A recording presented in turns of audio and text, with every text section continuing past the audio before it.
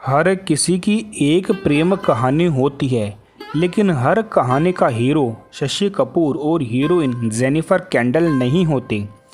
प्यार तो सब करते हैं, लेकिन सचमुच में प्यार करना और निभाना हर किसी को नहीं आता। प्यार में न्योछावर हो जाना, प्यार में मिट जाना, नमक की डली की तरह प्रेम में घुल जाना, एकाकार हो जाना, ये हर किसी को नहीं आता। शशि कपूर को ये सब आता था। संसार में शायद ही कोई ऐसा मनुष्य हो जिसने जीवन में कभी प्रेम ना किया हो। प्रेम वो तूफान है, वो समंदर का सैलाब है, ज्वालामुखी के लावा और बुखार की तरह आता है। जब आता है तो बस आता है। उसके प्रवाह के आगे, उसके बल के आगे हर कोई नतमस्तक हो जाता है।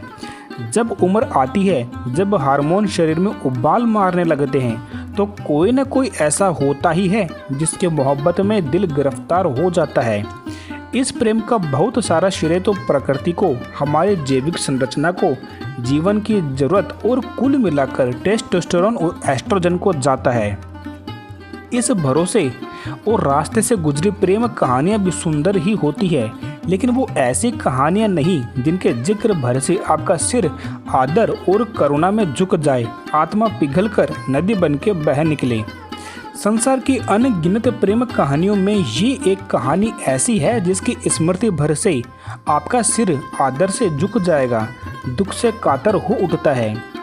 शशि कपूर की जिंदगी को हम मोटे तौर पर दो हिस्सों में बांट सकते हैं, जेनिफर के साथ में और जेनिफर के बाद में। जेनिफर के बाद शशि कपूर वो शशि कपूर नहीं रह गए जो वो जेनिफर के साथ में थे।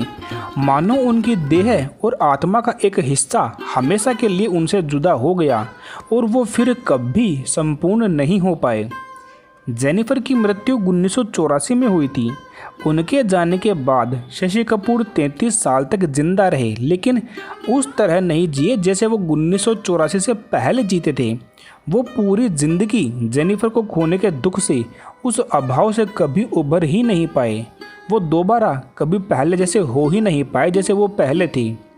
असीम छाबड़ा ने जो शशि कपूर की जीवनी लिखी है, Shashi Kapoor the house holder the star, उसमें वो सिमी ग्रेवाल को कोट करते हैं कि जेनिफर ने शशि को जीत लिया था। शशि ने उनके सामने पूरी तरह से आत्मसमर्पण कर दिया। शशि के व्यक्तित्व का एक बड़ा हिस्सा जेनिफर में समा गया था। वो उसमें ही पूरी तरह से विलीन हो गए थे। जेनिफर के जाने के बाद शशि ने अपने उस खोए हुए हिस्से को पाने के लिए बहुत संघर्ष किया, लेकिन दोबारा कभी पा नहीं सकी। उनके व्यक्तित्व का वो विशाल हिस्सा जहां अब तक जेनिफर छाई हुई थी, वो हिस्सा खाली हो गया था। एक कभी न भरा जाने वाला अनंत शून्य। मैं एक बार उनसे लंदन में इस्माइल मर्चेंट के साथ डिनर पर मिली तो देखा कि वो लड़खड़ा रहे थे। वो खुद में नहीं थे। शशि कपूर खुद से दूर हो चुके थे, वो दूरी जो कभी भरी नहीं जा सकती थी। यूट्यूब पर मौजूद शशि कपूर के सारे इंटरव्यू देख लीजिए। 1984 से पहले और 1984 के बाद में ऐसा लगता है मानो दो अलग अलग इंसानों को देख रहे हों। वो शौक, हंसी, वो आत्मविश्वास, वो संपूर्णता का एहसास, वो भरा हुआ मन और जीवन जो 1984 के पहले शशि कपूर के चेहरे पर दिखता था, वो उसके बाद में पूरी तरह से विलुप्त हो गया। शशि कपूर के बच्चों कुणाल और संजना ने अपने पिता के उस दौर को देखा है।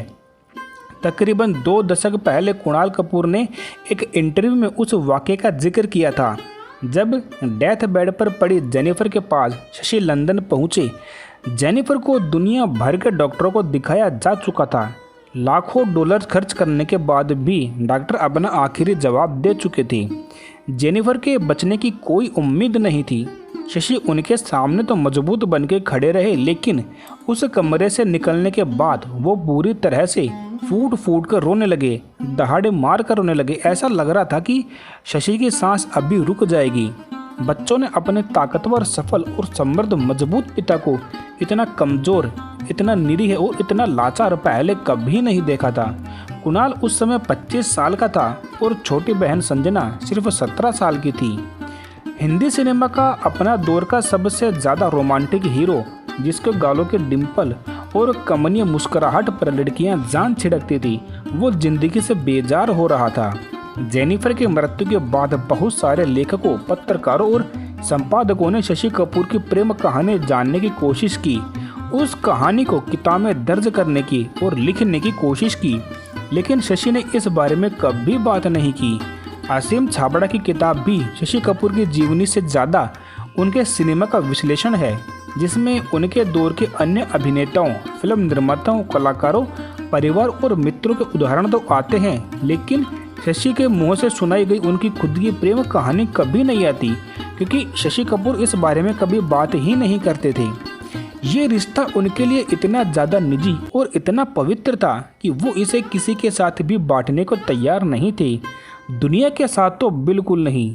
उनकी अपनी ज़िंदगी उनके लिए कोई ऐसी महान कहानी नहीं थी जिसे दुनिया को सुनाना जरूरी हो, जिसे किताब में दर्ज किया जाता। किताबें बिकती और लोग उनकी कहानी पर बात करते, उनका जिक्र करते, उस पर टीवी शो और इंटरव्यू होते। शशि इसके लिए कभी तैयार नहीं हुए। ये इतना निजी दुख था, इतनी निजी क्षति थी कि संसार और समाज को इसका हिस्सा बनाकर वो इसको धूमिल नहीं करना चाहते थे। 1990 के आसपास के एक इंटरव्यू के दौरान एक विदेशी पत्रकार ने उनसे बार बार जेनिफर कैंडल के बारे में सवाल किया, लेकिन शशि हर बार पूरी विनम्रता और गरिमा से उस सवाल को टाल गए। उन्होंने सिर्फ इतना ही कहा, वो मेरी निजी चीज़ है, वो बांटने के लिए नहीं है।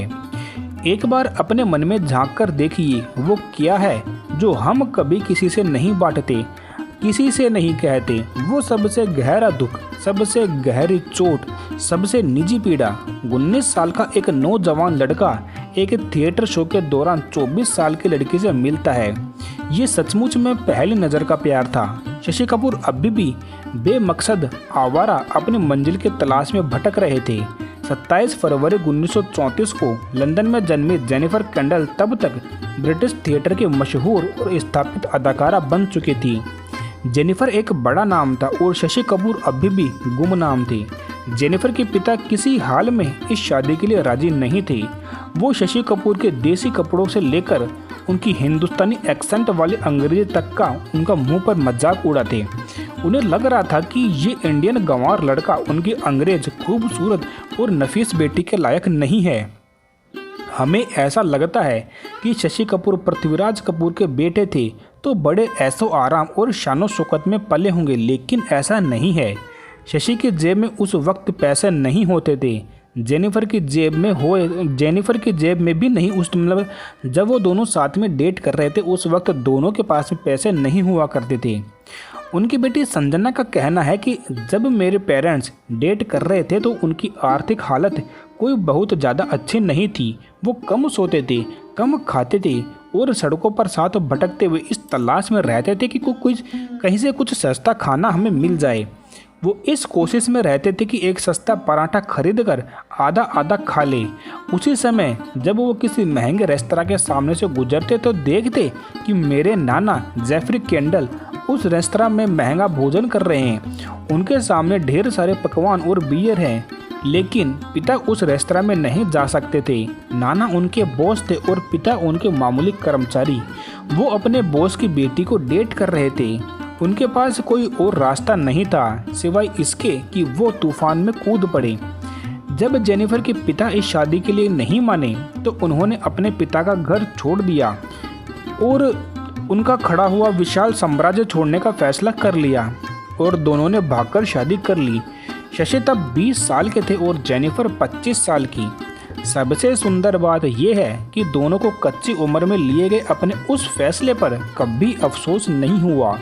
उन्होंने कभी पीछे मुड़कर नहीं देखा, कभी उनका प्यार कमज़ोर नहीं पड़ा। जेनिफर की मौत के बाद भी शशि कपूर का किसी और स्त्री के साथ में अफेयर, प्रेम जैसा कुछ भी नहीं हुआ। वो अपनी मृत पत्नी की स्मृति के प्रति हमेशा निष्ठावान बने रहे। तो ये थी शशि कपूर और जेनिफर की एक प्रेम कहानी। आपको ये जानकारी कैसे लगी? कमेंट्स में अपने विचार हमें बता सकते हैं। यहाँ पर हम बॉलीवुड से संबंधित जानकारियाँ लाते रहते हैं। ऐसे ही और जानकारी प्राप्त करने के लिए चैनल को सब्सक्राइब करें। धन्यवाद।